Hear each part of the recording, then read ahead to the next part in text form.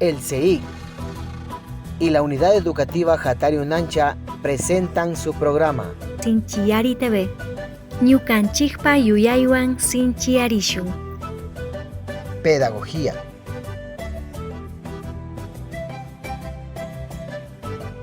cultura, entrevistas, experiencias, diálogos, historias, vinculación con la comunidad. En Sinchiyari TV. Ñukanchikpa yuyaywan sinchiyarishun. Bienvenidos y bienvenidas. Muy buenas noches a todos los amigos de TV MIG, Canal 47, y de nuestro programa de Sinchiyari TV, Ñukanchikpa yuyaywan sinchiyarishun. Quiero darle nuevamente a todos y a todas la bienvenida en este segundo espacio, en este recorrido de compartir una experiencia de mucha singularidad. El año anterior habíamos hecho un cierre importantísimo con el legado de Paulo Freire, una figura que ha sido de mucha importancia para el acto educativo. En este año queremos compartir a todos ustedes sobre el legado de Fernando Daquilema, un dirigente indígena joven que ha hecho historia ecuatoriana, porque ha permitido hacer ese análisis teórico, metodológico con respecto a la organización comunitaria, y también hacer una diferencia entre una organización y un movimiento político, y sobre todo las necesidades y las realidades que tiene la comunidad, que requieren las personas dentro de la comunidad. Con este preámbulo quisiera iniciar que la Sinchiyari Radio va a compartir en este primer momento dos reflexiones teóricas. El primero sobre pueblos y nacionalidades del Ecuador, comprendiendo que no existen, sino más bien coexisten desde las distintas manifestaciones históricas, literarias y todo el proceso de vida dentro de la sociedad ecuatoriana.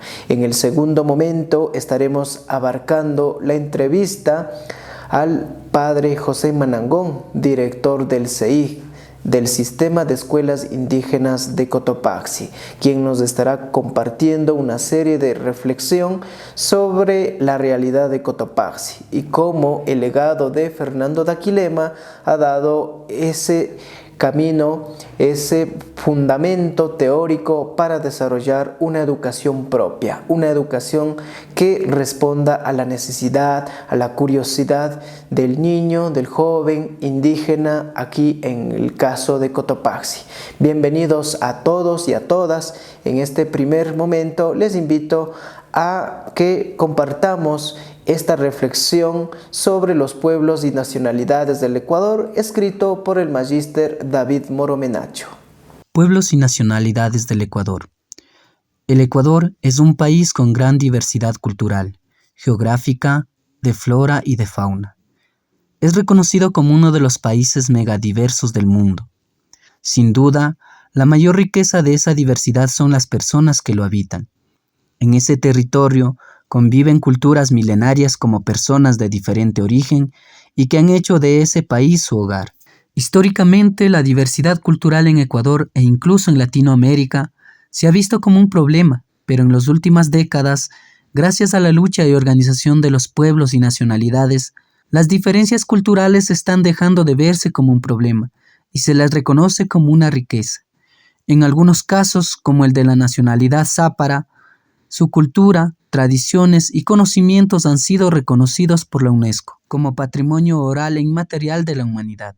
Esto demuestra que cada vez más se reconoce el valor de la cultura y conocimientos de los diversos pueblos y nacionalidades que habitan nuestro país. ¿Pero qué son los pueblos y nacionalidades indígenas?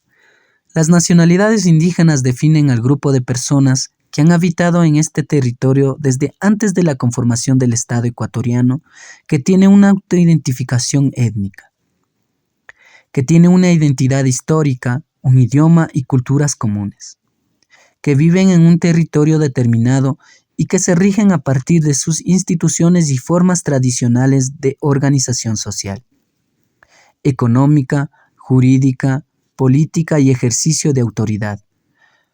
Algunas de las nacionalidades del Ecuador son quichua, shuar, chachi, sáchila. Los pueblos indígenas, por su parte, son colectividades originarias que se conforman por comunidades con identidades culturales que les distingue de otros sectores de la sociedad ecuatoriana. Están regidos por sistemas propios de organización social, económica, política y legal. En muchos casos comparten el idioma con otros pueblos.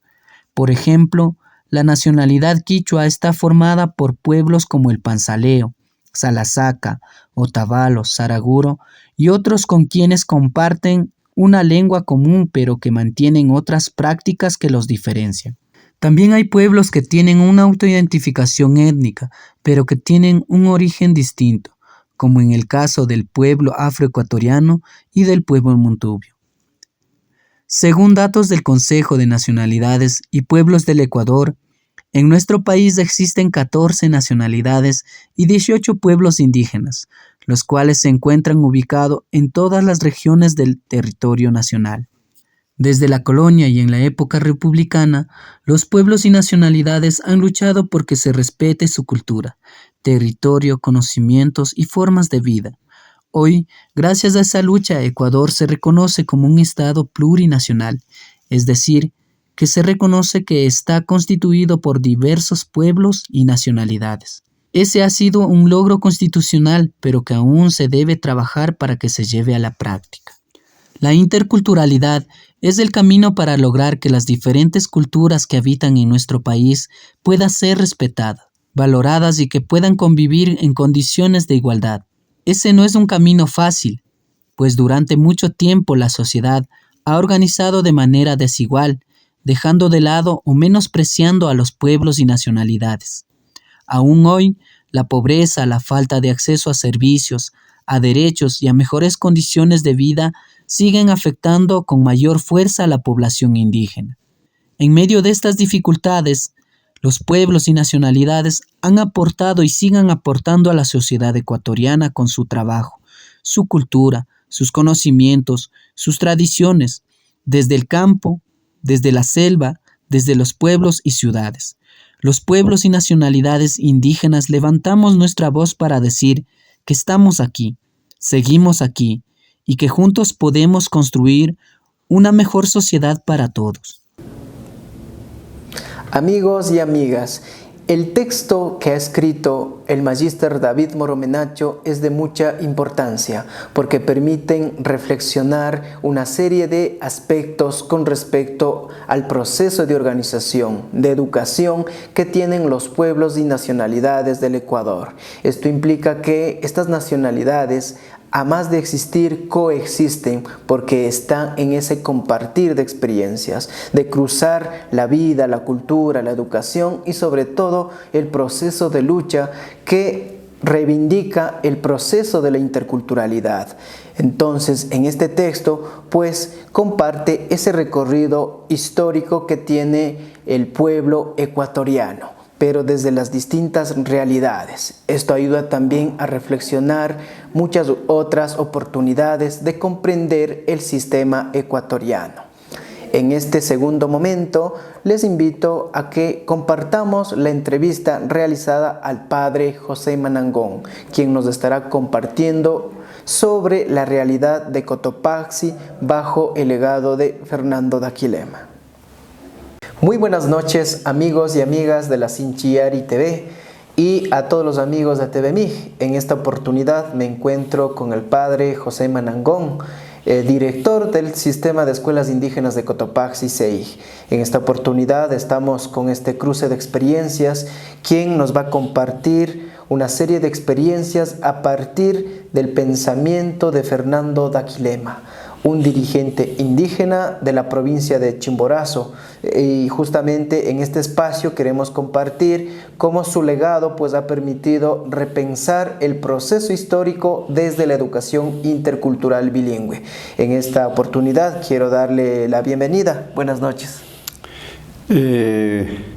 Una alegría nuevamente dialogar y conversar con ustedes sobre la experiencia de educación aquí en Cotopaxi a partir de la realidad que nosotros estamos viviendo en la actualidad, pero en relación también a los procesos históricos de la época de Fernando Daquilema. Sí, bienvenido, padre, una vez más. Como para abarcar esta experiencia, padre, un poco que nos comente desde su actividad fundamentalmente pedagógica y desde su trabajo como sacerdote, ¿cuál ha sido ese cambio dentro de este proceso histórico en la provincia de Cotopaxi? Bien, iniciaría haciendo referencia en primer lugar de las realidades que en esa época se dio tanto aquí en Cotopaxi como en el tiempo de Fernando Daquilema en el Chimborazo, especialmente Yaruquí y Cacha. Yo creo que la realidad que le tocó vivir a Fernando Daquilema es la época de Hacienda. Es un estado indolente con respecto a los impuestos y con respecto a la población indígena, o sea, es eminentemente de opresión y de esclavitud. Yo creo que esas realidades que estuvieron en ese entonces también en las comunidades indígenas de Cotopaxi eran las mismas. Otro de los elementos que me parecen a mí el contexto histórico tanto de Fernando Daquilema es la parte legal. Toda la infraestructura legal de jueces, de fiscalías, definitivamente defienden a los procesos que están en vigencia, es decir, a una sociedad de mercado, una sociedad capitalista, a una sociedad hacendataria. Y el Estado es eso, el reflejo de la hacienda.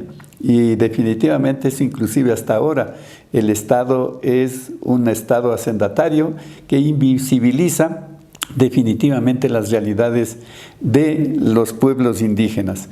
Definitivamente un líder como Fernando Daquilema se puso al frente de estas realidades y se puso al frente para exigir al Estado que definitivamente tome conciencia que el pueblo indígena es un pueblo sabio, un pueblo organizado y un pueblo que está sufriendo definitivamente la esclavitud.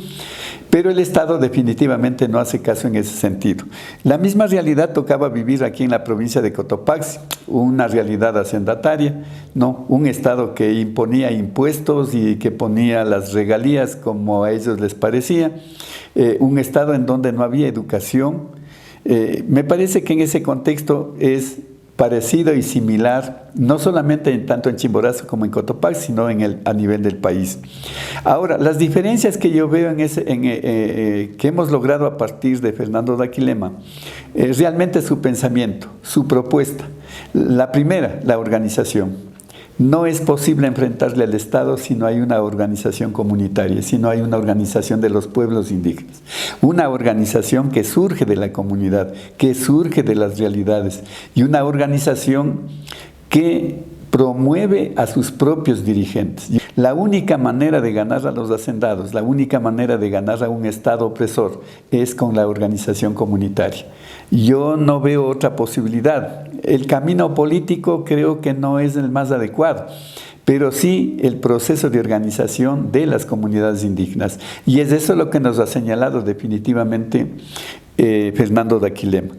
Otro elemento que me parece importantísimo en este sentido es que la organización necesita de educación, de información, de un pensamiento crítico.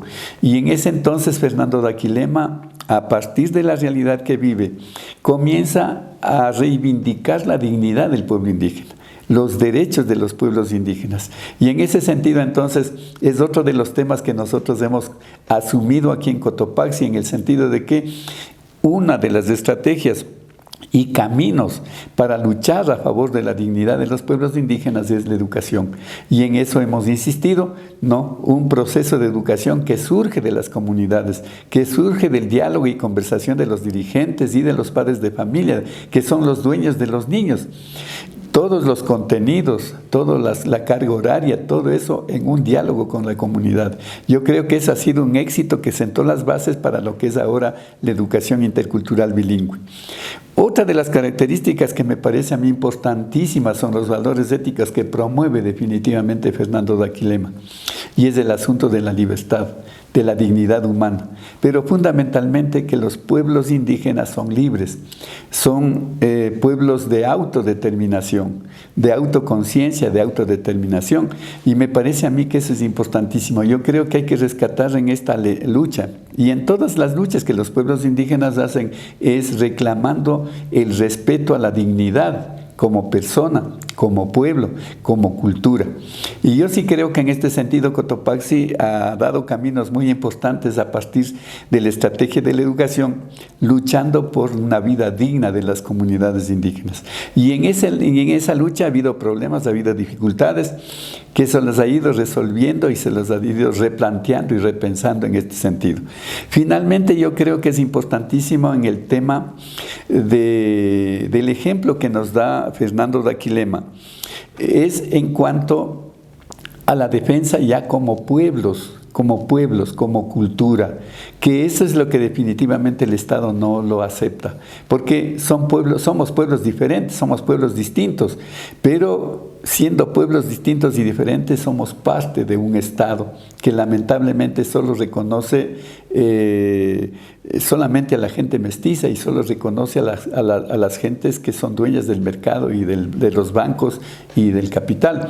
Mientras tanto que Fernando Daquilema lo que propone es el desarrollo de las propias comunidades. La lucha frente al Estado es que no se cobre más impuestos a las producciones que hacen las comunidades indígenas, pero que también permita definitivamente la producción en beneficio de la seguridad alimentaria de este país. Yo creo que esas son un poco las comparaciones, si se puede llamar así, entre lo que Fernando Daquilema plantea allí y lo que nosotros hemos venido trabajando aquí en Cotopaxi. Muy interesante ese recorrido histórico que nos permite reflexionar fundamentalmente desde este proceso educativo. Ahora, desde el legado de Fernando Daquilema, padre, ¿considera que su experiencia de vida, su enseñanza ha permitido tener justamente ese cambio dentro del proceso organizativo en los actuales momentos para la comunidad, y que la educación que se hace desde la experiencia del CEI y el Hatari Unancha para una autoidentificación del estudiante?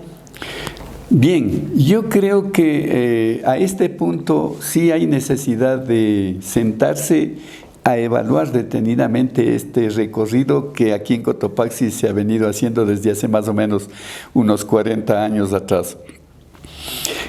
¿Cuáles son estos recorridos que hemos hecho? Evidentemente en la línea de lo que Fernando Daquilema propuso. Primero, me parece a mí que la organización comunitaria es clave, y yo me refiero aquí a un punto de quiebre que siempre hay que tomar en consideración, que es el mandato de Cachi.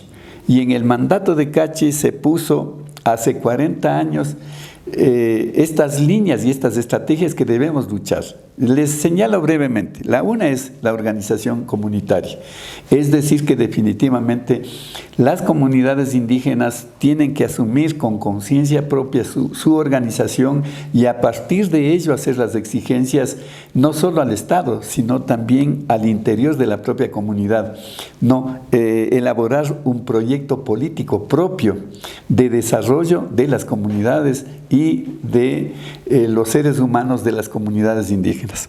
Me parece que es la organización el primer planteamiento. El segundo planteamiento es la tierra, que ese es otro de los elementos claves. La tierra para los que la trabajan, no la tierra para los que hacen usufructo. En ese sentido, me parece a mí que se han dado pasos muy importantísimos y hay experiencias muy significativas que lamentablemente no están escritas. Pero en la provincia de Cotopaxi hay una riqueza enorme de la lucha de las comunidades indígenas en relación a lo que es la tenencia de la tierra comunitaria. Me parece a mí que de la experiencia que ya me ha tocado vivir desde en Chuchilán, en donde las haciendas pasaron a los comuneros de esa parroquia. Me parece importantísimo también el otro elemento que es la educación. Una educación propia, en lengua propia, con profesores propios. Yo creo que ese es otro de los elementos que surge desde la experiencia de lucha de Fernando Daquilema. No es posible, digamos, los procesos de lucha si no estamos organizados y si es que en esa organización no se está reflexionando permanentemente los cambios que se pueden generar en ese sentido.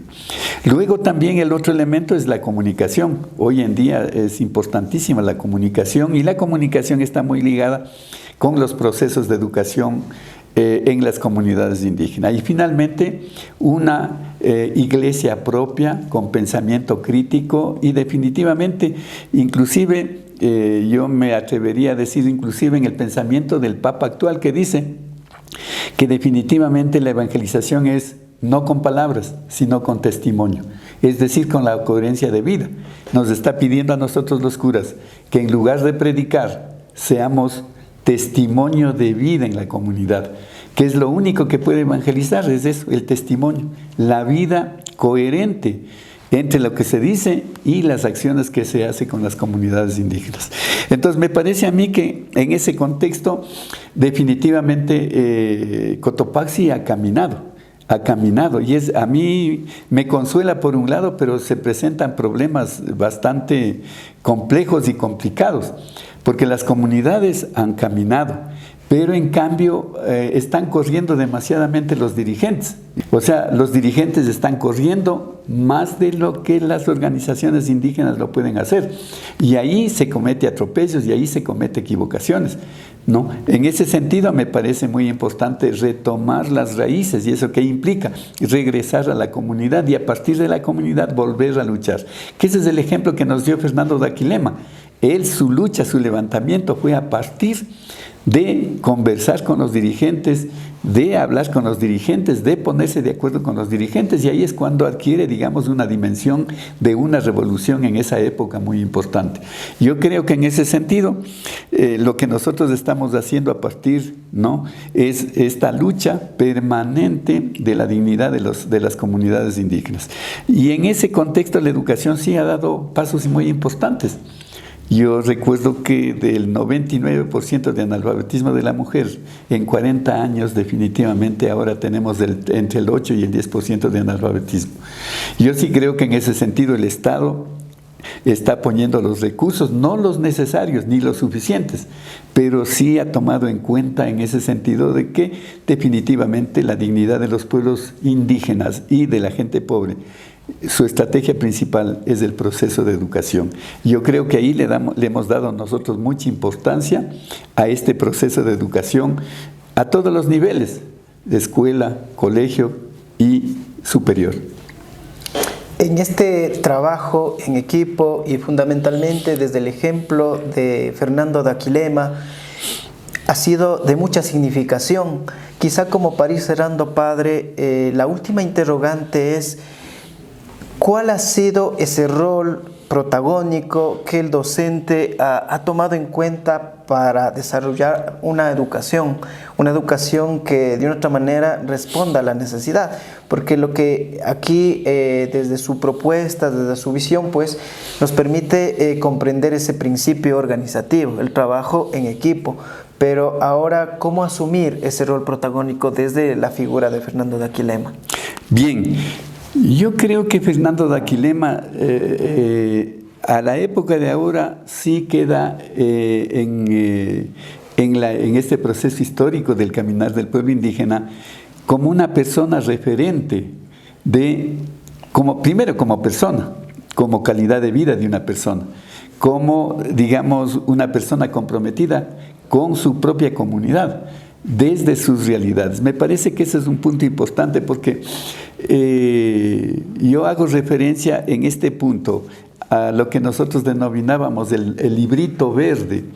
El CEIC tiene un librito verde donde está el perfil del docente, ¿no?, de las escuelas del CEIC y de las escuelas indígenas.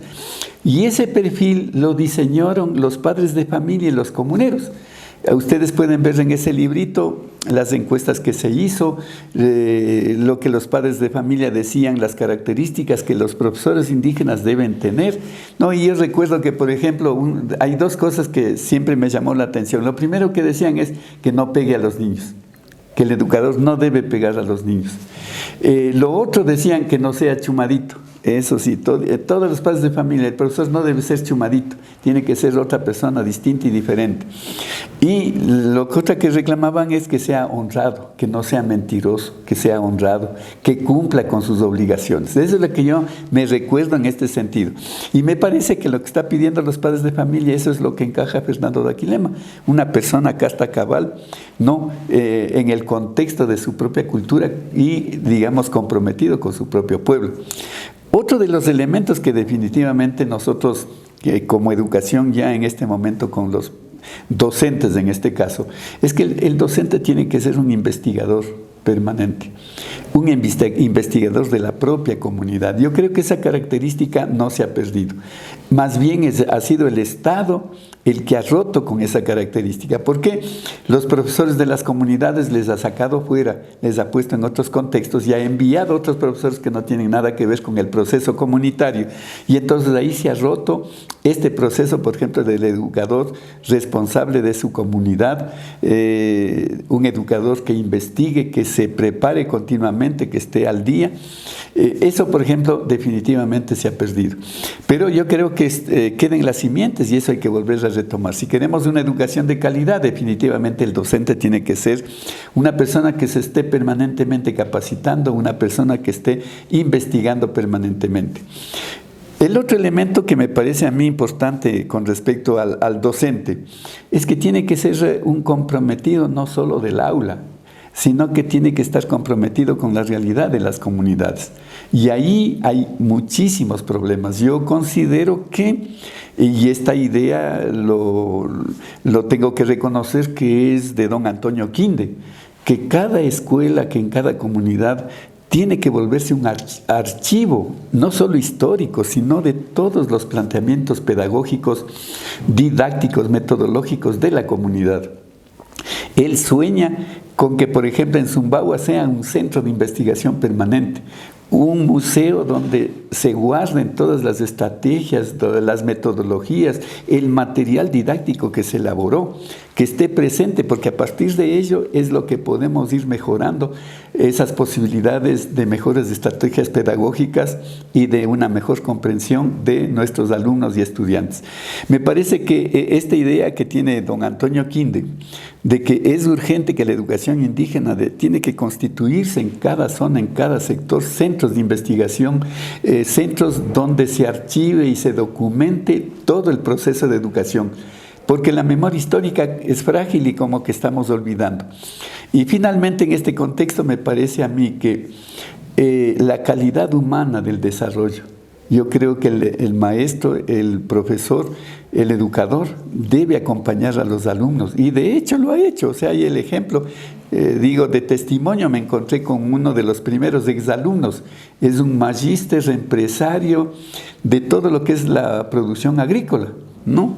Es impresionante, tiene una tarjeta y está dispuesto a procesos de investigación, y yo creo que estos primeros exalumnos son los que definitivamente están asumiendo todo este proceso educativo, y en ese sentido son, los puntos de referente a través de los cuales las comunidades indígenas pueden abrir los horizontes y buscar los mejores caminos de desarrollo, humanamente y también materialmente.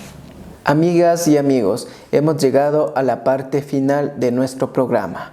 Ha sido de mucha importancia el compartir este texto escrito por el magíster David Moromenacho, acerca de pueblos y nacionalidades del Ecuador, y así también la entrevista que nos ha compartido el padre José Manangón bajo el pensamiento de Fernando Daquilema. De una otra manera, permiten pues repensar en el proceso metodológico, técnico que se hace dentro de esta actividad y desde la experiencia que tiene el CEIG y la unidad educativa Hatari Unancha. Hemos llegado a la parte final aquí en nuestro programa Sinchiari TV, Ñukanchikpa Yuyaywan Sinchiarishun, sin también dejar de siempre estar agradecido el espacio que nos brinda TVMIG, Canal 47. Muy buenas noches.